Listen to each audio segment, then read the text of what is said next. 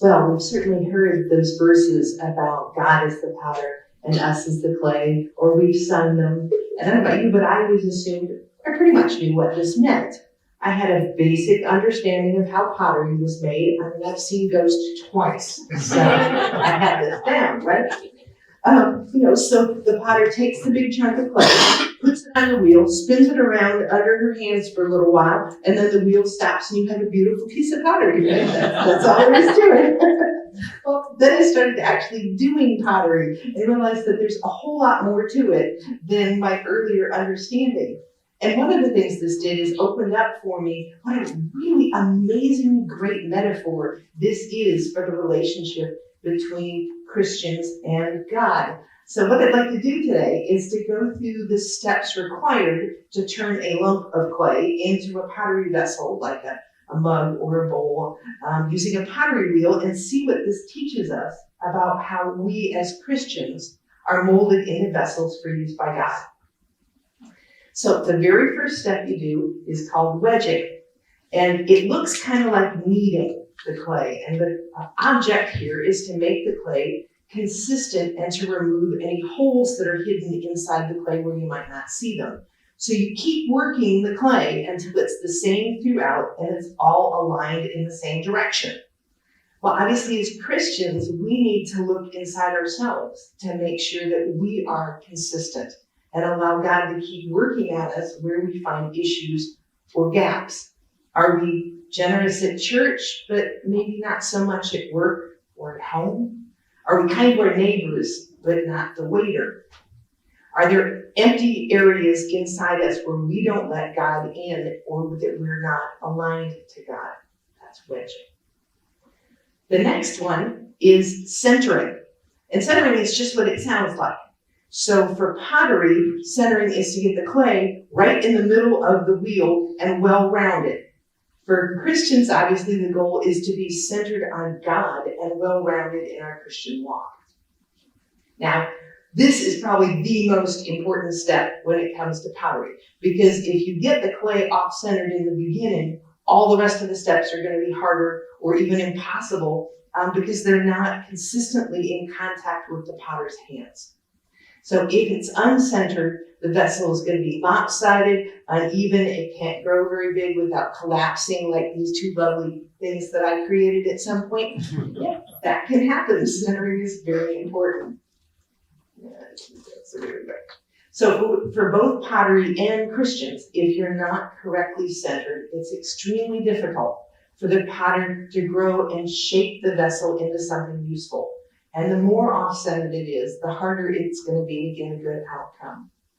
Fortunately, God is a much better potter than I am and can work with improperly centered Christians much better than I can manage to work with improperly centered clay.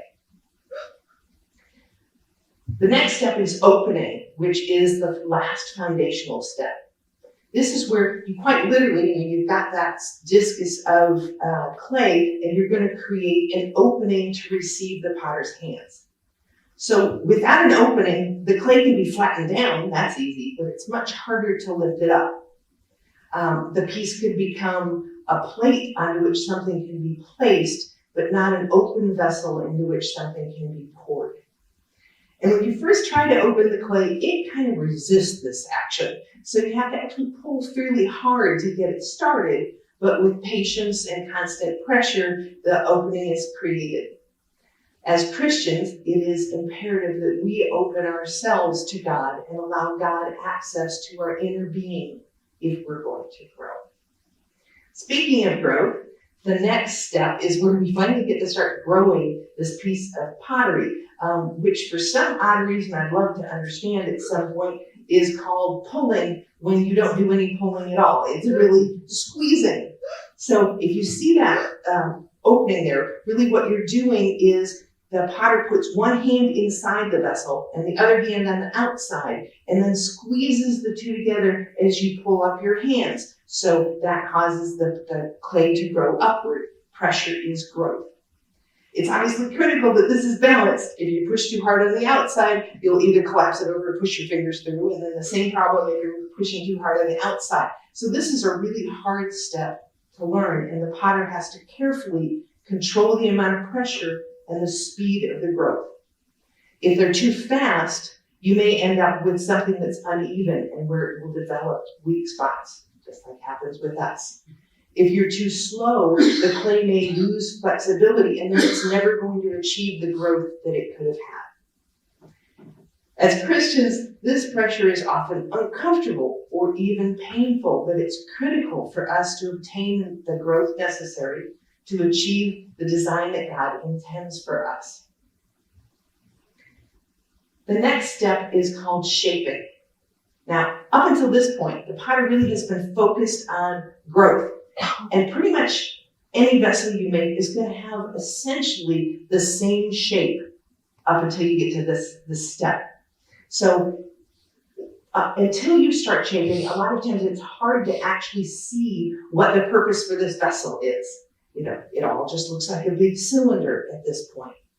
But now the potter focuses on giving the vessel its unique shape, specific to the purpose that piece is going to be put to. This is also done by applying pressure, but this time the pressure is targeted to the area where this specific piece needs growth. So if you're making a bowl, which is what this is, then the top is going to be bigger than the bottom, so you're going to put pressure on the top. If you're making a bud vase, you want the bottom to be bigger, so that's going to be a completely different pressure that you apply. I would say, I think this is the most exciting phase, both for pottery, but also for Christian growth, because you start to be able to see what the purpose is. You see the uniqueness developing. You see its individual beauty start to come forward. As Christians, we require shaping to be in the right form to fulfill whatever calling God has intended for our lives. As you shape, you begin to see, I think this one could be a pastor, or this one a teacher, or maybe that one over there is going to be a great evangelist. You might notice that he's developing mercy as a gift, and she's developing leadership. All this comes in that shaping phase.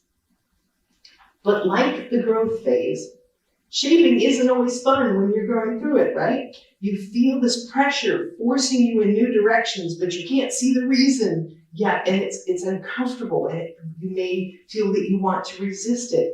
But it's critical that we trust the potter and that we're willing to give ourselves into the potter's hands and allow the potter to shape us in the image that, of where we're supposed to grow and where we're going next. So up until this point, now you have pretty much the final shape for what's going to happen. But there's a couple of risky steps that happen from here. The next one I call releasing, which is when you're trying to get the piece of pottery off of the wheel. That sounds easy, right? No, not so much. Ideally, you get a thin layer of water underneath the piece, and that allows the potter to gently direct the vessel off of the wheel to move it into the next phase. And when this happens that way, the vessel is undamaged by the experience, and it remains beautifully shaped as it was when you finish the last step. But the problem is, the clay has grown attached to the wheel, and will not want to let go so that you can move it. For me, the clay always clings so tightly that it gets at least a little banged up while I'm trying to get it off of the wheel, so that I can move it to the next phase. As you can see in that piece, those big dents, those are my thumbs trying to get it off the wheel. So does this sound familiar? As Christians, how much more smoothly would things go? How much pain and damage would we save ourselves if we learn not to cling so tightly to where we are, and instead to put ourselves in the potter's hands and allow ourselves to be moved to where the potter wants us next. And then the final step I'm going to talk about today is called trimming. This is another one of those risky steps. And this step can't be done too soon. You can't rush this. The clay needs time to strengthen after it's been shaped before you start trimming it. And trimming really consists of three main activities. The first one is to rough out or to remove the rough spots. So even if you've got a great shape, there are always some parts that need to be smoothed out. If you're talking about a piece of clay, it could be fingerprints that you've left on it that you want to burnish off. Or for an example, for a Christian, maybe a preacher could benefit from adapting his style to when he's talking with children. But there's always some amount of smoothing out that can be done after you shape. The second activity is really just making it more attractive. So maybe you're carving in the clay or something like that. And depending on its intended use, the vessel might need to be attractive or it might not matter. If you're making a calendar, it doesn't really have to be pretty to do its job, but if you're making a vase and you want people to use it, it's probably got to look nice. In the same way as we go through our Christian walk, being attractive may be more important for some of us than others. It may be important for an evangelist to be smoothly polished, and that may be more important than for a teacher, say. And then the last trimming activity is to remove the excess, and that's really the main point here. When you get done shaping a vessel, there is always going to be excess material that's unneeded for that vessel to fulfill its purpose. And removing it helps keep the vessel from being weighed down and potentially harder to use. Now, trimming is one of the hardest parts to learn because there is a strong temptation to stop when there's still a whole lot left to be done because you don't want to push it too far. And I think we do this in our Christian walk as well. No, I don't need to let that go, or I don't need to put that down. I'm sure I can hang on to this idol and everything's going to be just fine. But fortunately, God keeps trimming us until we're perfect if we allow it. So I talked about the steps needed to make either a ceramic or a Christian vessel, but what resources are needed? Obviously, you need clay and a potter. That part was clear to me even back when I only had the ghost knowledge. But there are three other things that are important as well. And the first one I think gets overlooked a lot. And that's external force. For pottery, this is the centrifugal, which I say wrong every time, force of the spinning wheel that pushes the clay outward while it's being shaped by the potter. And God uses the forces of the world around us when growing and shaping us as Christians. And we need to see this as a good thing and not a bad thing. That's part of our growth. The potter has to balance the internal pressure that's being put to bear with the external pressures on the vessel for it to be successfully molded. Now, isolating ourselves away from the pressures of the secular world limits the vessel that we can become, and we should embrace that instead. The second really key thing is water. Oh my goodness, water is important for pottery. Without it, the clay is stiff and inflexible, and when you try to shape it, it just cracks or breaks. And similarly, the living water of Christ is absolutely required for Christians, providing the spiritual sustenance and even the salvation that we require, which is one reason why regular worship is so important to us. And then the final thing is work. For a vessel to be successfully crafted, it must be worked by the potter's hands. If the clay just sits there and you keep adding more water to it, over time it's going to become saturated. And without being worked, it will become weak and it will no longer be able to support growth. And in the case of clay, eventually it will just dissolve.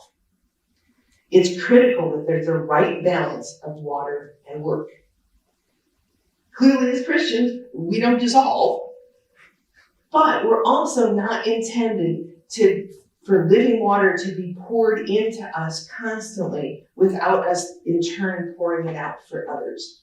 Without being worked by the potter, over time, we too will become weak and unable to support any growth.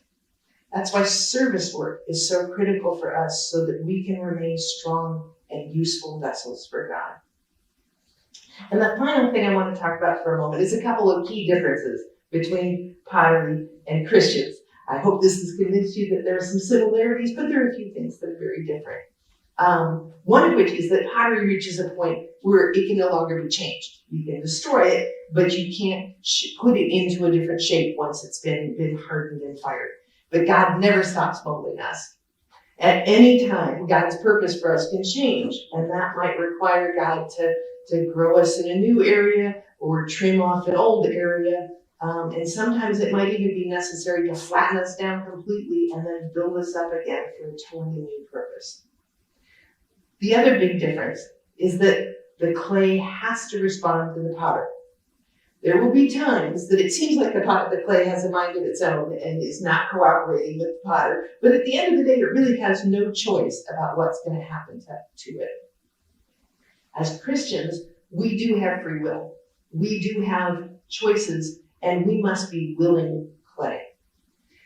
If we choose that we want to become perfect and useful vessels that God designed each of us to be, we must invite God in to fill all the parts of our lives and to become our center.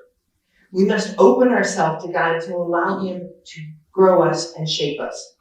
We must be willing to let God trim off the dead weight that's holding us back, even when it's painful.